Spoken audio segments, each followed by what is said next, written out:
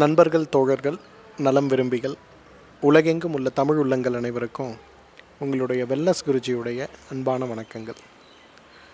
ஈரோடு அவல் பூந்துறையில் இருக்கக்கூடிய ஸ்வர்ண ஆகர்ஷண பைரவர் கோவிலில் தான் இப்போ நான் இருக்கேன்.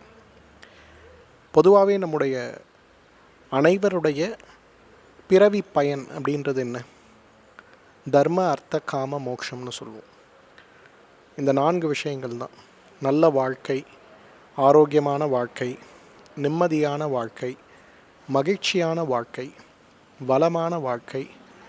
நாம் வாழறது மட்டும் இல்லை, நம்ம குழந்தைகளும் ஆரோக்கியமாக மகிழ்ச்சியாக சமூகத்தில் மரியாதையோடு வாழணும், வெற்றியாளர்களாக வாழணும் அப்படிங்கிறது தான் நம்ம எல்லாருடைய ஆசையும் கூட.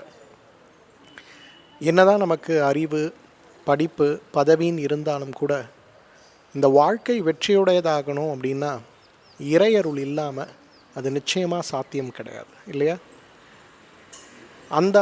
அந்த மாதிரி ஒரு இறையருளை தேடி என்னுடைய பிரயாணத்தில் இன்றைக்கு நான் அந்த அவல் பூந்துறையில் இருக்கக்கூடிய ஸ்வர்ணாகர்ஷண பைரவர் கோவிலுக்கு வந்திருக்கேன்.